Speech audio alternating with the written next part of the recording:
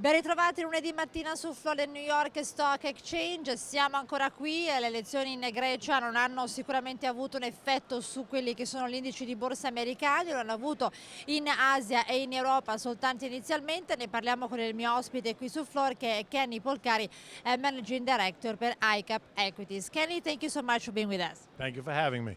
So Kenny, I was saying that the outcome of the elections in Greece, yes, we saw an effect just overnight, but it was really brief. We have never seen the effect on the US market, still contagion fears, and still you want ECB and Europe to do more. Well, because I think initially when the news came out that the New Democracy actually won, there was this sense of relief, for sure, right? But the fact that in Asia was the first one to trade, so right away the Asian market took off. We saw what happened there. Futures rallied very, very quickly last night at 8:30, 9 o'clock. They were up 10 points, and there was this sense of relief. Yet, once they really started to look into it and they started to dissect and digest the news, they realized that not only it's fine the New Democracy won, but they won by a very, very thin margin, very much like they did the last time. And so now they've got to come together and bring a coalition government together, just like they had to do the last time. And the sense is they failed the last time. What did they really do? What really happened? Has anything really been solved other than they pushed the can down the road a little bit further? And so once people really started to think about that, the focus once again goes, okay, well, Greece didn't really do much of anything. Yes, we averted, kind of that leftist party, right, the leftist government, so that was a good thing. But in reality, what's really changed? Not so much. So right again, the market goes and focuses once again on the further contagion. Now we see what's happening in Spain. And also we know that Citigroup reiterated again, like last week, that even with the New Democracy in government, there is still 50 to 75% of an exit from the euro in the next year or 18 months. Well, so it's not enough. Right, because I still think that, there's a question on can they bring this coalition government together? And if they do, is it going to be strong enough? Is there really a mandate there by the Greek people that they're going to really support it? So there's still all this uncertainty, right? And they've already said, the Syriza party has already said that they're going to continue to protest, they're going to continue to hold these rallies anti-bailout. And so, there's still a lot of uncertainty in Greece. And so I suspect that whole Greece issue has not gone away at all. And the fact is, could Greece still, in fact, bail out? I think it can. I do agree with that.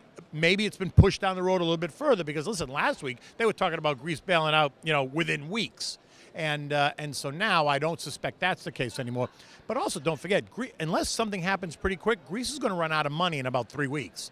And so someone's got to come together. Now, do I really think that the Troika or the European Union is really going to let that happen? Chances are probably not, but they're going to have to come up with some way to funnel more money there. Otherwise, you would see a bankruptcy and then that domino effect across global financial markets.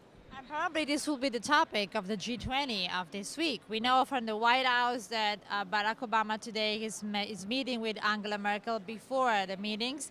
It's going to be 2 very intense days, and now the market probably is really demanding not only like clarity from the G20, but we also have the Euro Summit at the end of the month that could be crucial. Right. What people really expect? What can we expect from that? Well, listen, they expect action, right? I mean, people around the world expect action from the G20. They expect it from the leaders. They're expecting it from the EU. Will we really get action, or are we just going to get more rhetoric? Are we just going to hear that the G20 just spoke about the need for further stimulus or for further a banking fiscal union, right? That's fine. They could talk about it all they want, but at some point somebody's got to stand up and take control, and that's really what investors are looking for. I don't suspect we're going to get action out of the G20. I think we're just going to get conversation. You might get more out of the EU summit towards the end of the month. And listen, we get the FOMC on Wednesday, and I suspect that what we're going to hear out of the FOMC is that they're going to extend Operation Twist. They're not going to initiate a brand new program because then they'd have to go to Congress and kind of sell that whole idea. Now they could say, listen, this program's already in place. We can extend it. We'll add some stability. It's just calm the markets and add some stability. But I think what's really going to happen is we're going to have to watch what happens in Spain now, even more so than Greece, what happens in Spain over the next couple of days, because the rate at which the yield pierced 7% this morning went right to 7.25. If it keeps going at that pace, they'll be at 8% in a day and a half. And it's not sustainable. So that's going to really be what everyone's watching. So you think that we might hear anything from the ECB and the central banks around the world before we have a solution from the Euro Summit? Well, I think we will. Listen, don't forget, last Thursday, it started last Thursday, the Bank of England came out, everyone started to come together. So the word was that the central banks, now, they were preparing for kind of a left-wing win in Greece. They were trying to prepare the market saying, listen, don't anyone panic, we're here. Now, that didn't happen, but if we see Spanish yields start to move higher and we see Italian yields start to move higher, then I think you will get the global central banks saying, everybody calm down, we're here to take care of this. And that's what I do think that's what we're going to get. Now let's talk about levels. It's very interesting because this month has been pretty bad. S&P 500 has been on a correction mode, almost a correction mode. Right. Almost 10% down from the 4-year highs that we touched in Right. April, and very important technical levels in the last few days that has been sustained and maintained. Right. What do you think? Well, we saw on Friday the market pushed right back to the 50-day declining moving average, and that's significant because you see what happened there. We hit our head there and we stopped. Today, it was going to be very important to see whether or not we pierced it and stayed above it. In fact, we've backed off. The market is weaker today. There's not a real sense of commitment still, and so I think once again we're stuck in this range. But I think don't be surprised if we test again 1300.